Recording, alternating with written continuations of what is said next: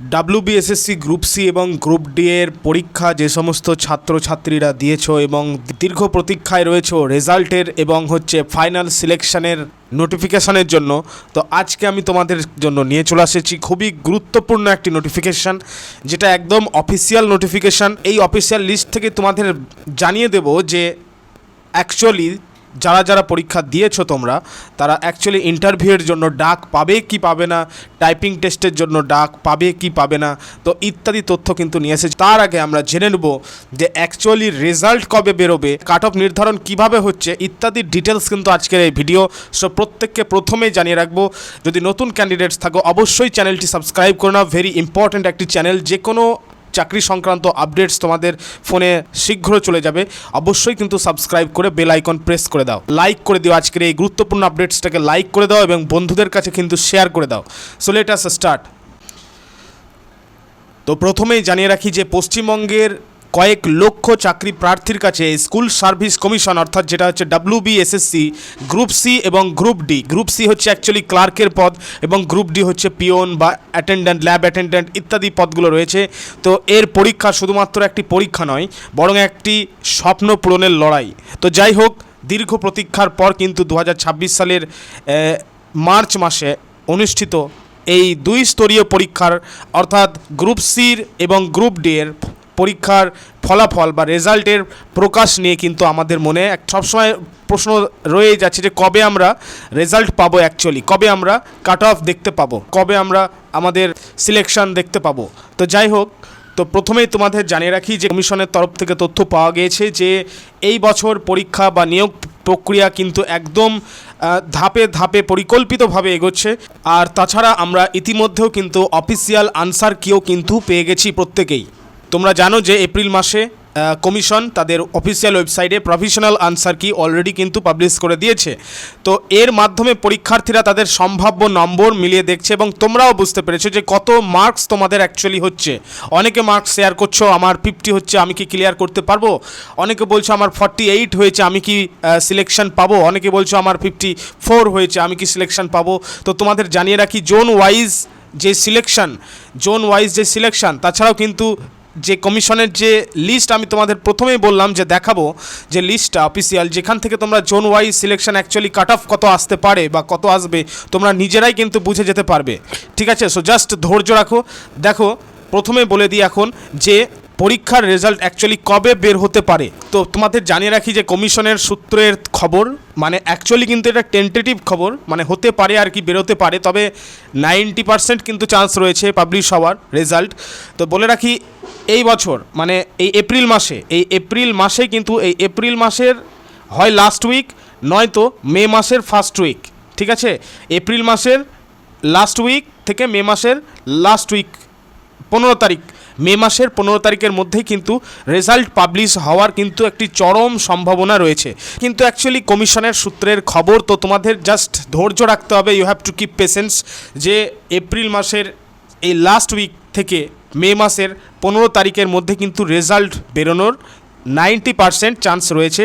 So প্রত্যেককে just ধৈর্য রাখতে হবে ফলাফলের মেরিট লিস্ট প্রকাশিত হওয়ার। ঠিক আছে, ফলাফল যেদিনকে রেজাল্ট পাবলিশ হয় সেদিন কিন্তু সার্ভার একদম কিন্তু ডাউনের দিকে থাকে, তাই না। সার্ভারে প্রচণ্ড যেহেতু চাপ থাকে তোমাদেরকে আগে থেকে কিন্তু সঠিক সিদ্ধান্তটা জেনে রাখতে হবে। রেজাল্ট পাবলিশ হওয়ার কিন্তু সাথে সাথে তোমাদের চেক করতে হবে। ঠিক আছে, কিভাবে চেক করবে আমি জাস্ট তোমাকে সিরিয়াল ওয়াইজ এক্ষুনি দেখিয়ে দিচ্ছি, তোমাদের স্টেপ বাই স্টেপ কী করবে জাস্ট কয়েক সেকেন্ডের মধ্যে দেখিয়ে দিই, দেখে নাও। তো দেখতেই পাচ্ছ যে প্রথমে তোমাদেরকে ওয়েস্ট বেঙ্গল SSC.com এই লিঙ্কে প্রবেশ করতে হবে, লিঙ্কে ক্লিক করতে হবে, বা এটা লিখে গুগলের সার্চ দেওয়ার পর কিন্তু লিঙ্কে ক্লিক করতে হবে। তোমরা জানো ওয়েবসাইটটি, এটি হচ্ছে কমিশনের একমাত্র লিগ্যাল ওয়েবসাইট। এবং তারপর হোম পেজের ডান দিকে বা ওপরে দেখবে নোটিশ বলে অপশন থাকবে, আর রেজাল্ট ট্যাবও কিন্তু দেখতে পাবে। ঠিক আছে, তো সেখানে কিন্তু WBSSC group C group D 2026 result PDF বলে লেখা থাকবে এবং সেটিকে একটি হাইপার লিঙ্ক করে দেওয়া থাকবে। তো সেই লিঙ্কে ক্লিক করার সাথে সাথেই কিন্তু PDF ডাউনলোড হয়ে যাবে তোমাদের। ঠিক আছে, তো যাই হোক এই বিষয়গুলো মনে রাখবে। তো আর তাছাড়াও কিন্তু এখানে হাজার হাজার রোল নম্বর থাকতে পারে, তাই Ctrl+A প্রেস করেই কিন্তু তোমাদের নামগুলো সার্চ করতে হবে। ক্লিয়ার, TRL প্লাস এফ মানে ফাইন্ড করার যেটা শর্টকাট কি, যারা ল্যাপটপে দেখছো বা কম্পিউটারে দেখছো, ফোনে দেখছো যারা, তারা কিন্তু উপরে সার্চ বাটন পেয়ে যাবে। ঠিক আছে, তার কীভাবে বের করতে হবে আমি তখন ভিডিও দিয়ে দেবো একটি টিউটোরিয়াল টাইপ। তো যাই হোক, তোমাদেরকে কিন্তু এইভাবেই রেজাল্টটা ডাউনলোড করতে হবে। ঠিক আছে, তো এবার আমি যে বিষয়টা সবচেয়ে বেশি ইম্পর্টেন্ট, যে কাট অফ মার্কস কত, ঠিক আছে, কাট অফ মার্কস কত হতে পারে সে বিষয়টা সম্পর্কে অলরেডি কিন্তু আমি তোমাদের আগে ভিডিও অলরেডি দিয়ে দিয়েছি। তো সেটার লিঙ্ক তোমরা পেয়ে যাবে এই ভিডিও ডেসক্রিপশানে। ঠিক আছে, ভিডিওর ডেসক্রিপশানেও পেয়ে যাবে বা চ্যানেলে গেলেও পেয়ে যাবে কিভাবে কাট অফ নির্ধারণ হচ্ছে। আমি আজকে যেটা দেখাবো সেটা হচ্ছে জোন ওয়াইজ কীভাবে কাট অফ নেওয়া হচ্ছে, কাট অফ নির্ধারণ করা হচ্ছে। আমি একটি অফিসিয়াল নোটিফিকেশান তোমাদেরকে দেখাবো, সেখান থেকে তোমরা জানতে পারবে যে অ্যাকচুয়ালি জোন ওয়াইজ তোমরা কিভাবে নিজেদের কাট অফ চেক করতে পারবে। ঠিক আছে, আচ্ছা, তার আগে একটা বিষয় তোমাদের পদ্ধতি বা ধাপ সম্পর্কে বলে দিই। অনেকে প্রশ্ন করছো যে এরপরে আমাদের কি আর কোনো এক্সাম আছে, নাকি ডাইরেক্ট ইন্টারভিউ, নাকি টাইপিং টেস্টের পরে ইন্টারভিউ। তো তোমাদের নিয়োগ প্রক্রিয়ার ধাপটা একটু জাস্ট বলে দিই। ঠিক আছে, তো দেখো প্রথমে কী হবে, প্রথমে হচ্ছে আমাদের এই এক্সামটা হয়ে গেল, রিটেন এক্সাম কিন্তু হয়ে গেল। ঠিক আছে, রিটেন এক্সাম হয়ে গেল। তো এবার আমাদের কি করতে হবে, নেক্সট যারা কোয়ালিফাই করবে, অর্থাৎ কমিশন অনুযায়ী যে লিস্ট যেটা বেরোবে বা যে রেজাল্টটা পাবলিশ হবে, তো রেজাল্টে যদি তোমার নাম বা তুমি যদি কোয়ালিফাই হও তখন তোমাদেরকে সরাসরি কিন্তু যারা গ্রুপ ডি ক্যান্ডিডেটস রয়েছে তাদেরকে ইন্টারভিউর জন্য কল করা হবে। গ্রুপ সি ক্যান্ডিডেটসদেরকে কিন্তু টাইপিং টেস্টের জন্য কিন্তু কল করা হবে। ঠিক আছে, টাইপিং টেস্টের জন্য ডাকা হবে এবং প্লাস হচ্ছে ইন্টারভিউ, দুটোই দিতে হবে। অর্থাৎ আর কিন্তু কোনো রকম পরীক্ষার কোনো মানে ব্যাপার নেই। ফার্স্টে তোমরা যেটা দিয়েছো রিটেন এক্সাম দিয়ে দিয়েছো, তারপরে তোমরা যেটা দিবে যারা গ্রুপ ডি ক্যান্ডিডেটস রয়েছে, গ্রুপ ডি এর যারা ক্যান্ডিডেটস রয়েছে তারা দিবে হচ্ছে ইন্টারভিউ। ঠিক আছে, ইন্টারভিউ দিবে, আর ইন্টারভিউয়ের সঙ্গেও কিন্তু যারা গ্রুপ সি ক্যান্ডিডেটস রয়েছে তারা দিবে টাইপিং টেস্ট। ঠিক আছে, টাইপিং টেস্ট কীভাবে হয় অনেকে প্রশ্ন করছো যে দাদা আমরা তো হ্যান্ডিক্যাপ ক্যান্ডিডেটস, তো আমাদের টাইপিং টেস্ট কীভাবে হবে। তো সে বিষয়ে কিন্তু সেপারেট ভিডিও আগামী দিনে চলে আসছে। সো সেই জন্য তোমাদের বলবো অবশ্যই কিন্তু সাবস্ক্রাইব করে নাও এবং সঙ্গে থাকো।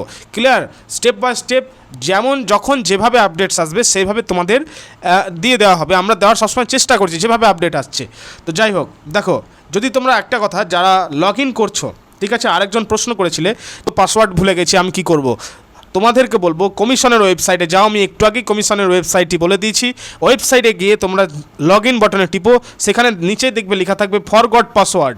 ঠিক আছে, ফরগট পাসওয়ার্ড বলে লেখা থাকবে। তো ফরগট পাসওয়ার্ডে ক্লিক করলে কিন্তু তোমরা তোমাদের, এবং সেখানে রেজিস্টার্ড মোবাইল নাম্বার অবশ্যই কিন্তু দিবে, ফোন নাম্বার যেটা দিবে সেটা অবশ্যই কিন্তু রেজিস্টার্ড হতে হবে। ঠিক আছে, তো সেটা দিয়ে কিন্তু পাসওয়ার্ড পুনরুদ্ধার করা যায়। যাই হোক, অনেক কিছু প্রশ্নের সমাধান করে দিলাম কয়েকটা, আর বাকি যারা যে সমস্ত প্রশ্নগুলো করেছো সেগুলো আগামী দিন কিন্তু দিয়ে দেওয়া হবে বা জানিয়ে দেওয়া হবে। ঠিক আছে, এবার আমি যে বিশেষ যে টপিক সেটাতে আমি চলে আসি। অন স্ক্রিন যে ওয়েটিং লিস্টটা দেখতে পাচ্ছ এটা হচ্ছে অ্যাকচুয়ালি একদম অফিসিয়াল ওয়েটিং লিস্ট। ঠিক আছে, পিডিএফ থেকে নেওয়া। পিডিএফ কীভাবে পাবে, এই ওয়েটিং লিস্টের পিডিএফটা কীভাবে পাবে অবশ্যই তোমাদেরকে আমি শেয়ার করব, শেষে আমি বলে দিচ্ছি কীভাবে পাবে। তার আগে আমি বলি, দেখো এই ওয়েটিং লিস্টের ভ্যালু কিন্তু অনেক ভ্যালু এই ওয়েটিং লিস্টের। তোমাদেরকে বলবো জাস্ট একটু মনোযোগ সহকারে ওয়েটিং লিস্টটা ফলো করো, যেভাবে আমি বুঝিয়ে দিচ্ছি ভালো করে দেখো, তাহলে কি হবে, তাহলে দেখবে নিজেরা কিন্তু জোন ওয়াইজ বের করে নিতে পারবে। ঠিক আছে, নিজেরাই পারবে, বুঝে যাবে যে কাট অফ কী আসবে জোন ওয়াইজ। তো তোমরা প্রথমে দেখতে পাচ্ছ the West Bengal central school service commission, যে পেজটা তোমাদের দেখাচ্ছি সেটা হচ্ছে অ্যাকচুয়ালি হ্যাঁ দেখতে পাচ্ছ 285 নম্বর পেজ। ঠিক আছে, 285 নম্বর পেজ। অ্যাকচুয়ালি এই পিডিএফটার পেজ হচ্ছে 700 মানে 698টা, অ্যাকচুয়ালি 698টা পেজ, প্রায় 700-র কাছাকাছি পেজ। তো তোমাদেরকে তো 700টা পেজ দেখানো সম্ভব নয়, কারণ আমি যদি 700টা পেজ এবার থরলি দেখাতে থাকি তখন কিন্তু আমার ভিডিওটা বিরাট লম্বা হয়ে যাবে, অনেকটা বড় হয়ে যাবে, 20, 30, 40টা ভিডিও বানানোর হতে পারে। তো সেইভাবে তো দেখানো সম্ভব নয়। আমি তোমাদের পিডিএফটা দেওয়ার ব্যবস্থা করছি, মানে কীভাবে তোমরা পিডিএফটা পাবে আমি তোমাদের বলে দিচ্ছি। তো দেখো এই পেজটাকে ভালো করে কিন্তু অ্যাটেন্টিভলি দেখো, পোস্ট কি রয়েছে। আমি কিন্তু ক্লার্কের অ্যাকচুয়ালি দেখাচ্ছি প্রথমটা। হ্যাঁ, আমি স্টেপ বাই স্টেপ আসছি। প্রথমে আমি ক্লার্কের ক্ষেত্রে বলি, তোমরা এখানে দেখতে পাচ্ছ ডিস্ট্রিক্ট বীরভূম। ঠিক আছে, এবং এই লিস্টটা হচ্ছে অ্যাকচুয়ালি 2016 সালের। এখান থেকে কিন্তু তোমরা নিজেরা প্রিডিক্ট করে নিতে পারবে যে অ্যাকচুয়ালি তোমাদের জোন ওয়াইজ কাট অফ কী হতে পারে। ঠিক আছে, এবং এখানে দেখো পোস্ট ক্লার্ক। তো এখানে যেটা রয়েছে যে পিটি মার্কস, দেখো প্রথমে আছে যেটা ওএমআরে তোমরা কত মার্কস তুললে, তারপরে যেটা রয়েছে পিটি মার্কস মানে কি, যারা গ্রুপ ডি ক্যান্ডিডেটস রয়েছে তাদের তো পিটি মার্কস থাকছেই, মানে হচ্ছে পার্সোনালিটি টেস্ট।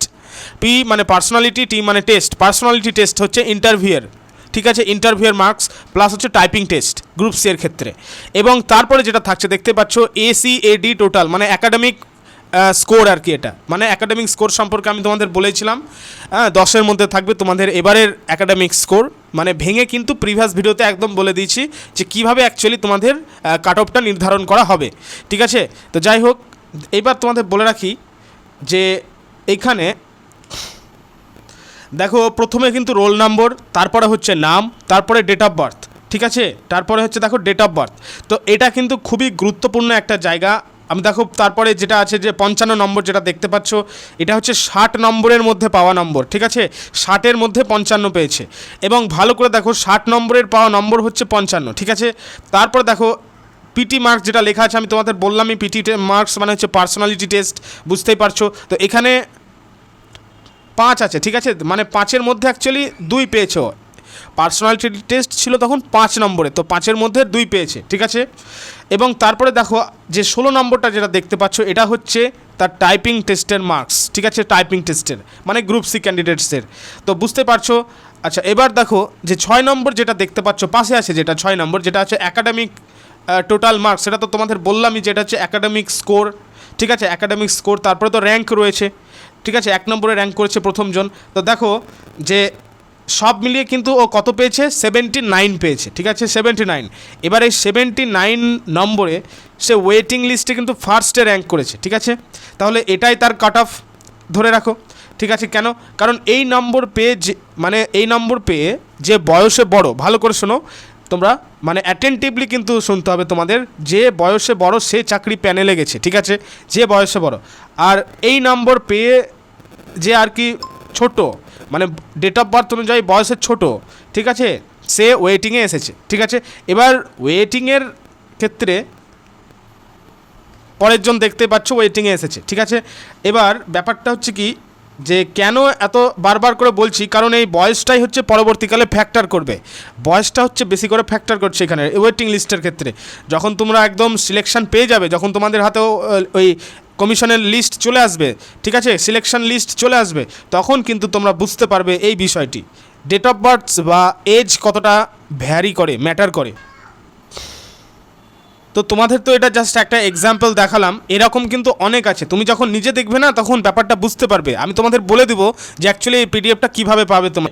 তো দেখো, তো এই প্রথম 2 জনের নম্বরটা দেখো ভালো করে, কিন্তু আলাদা, ঠিক আছে।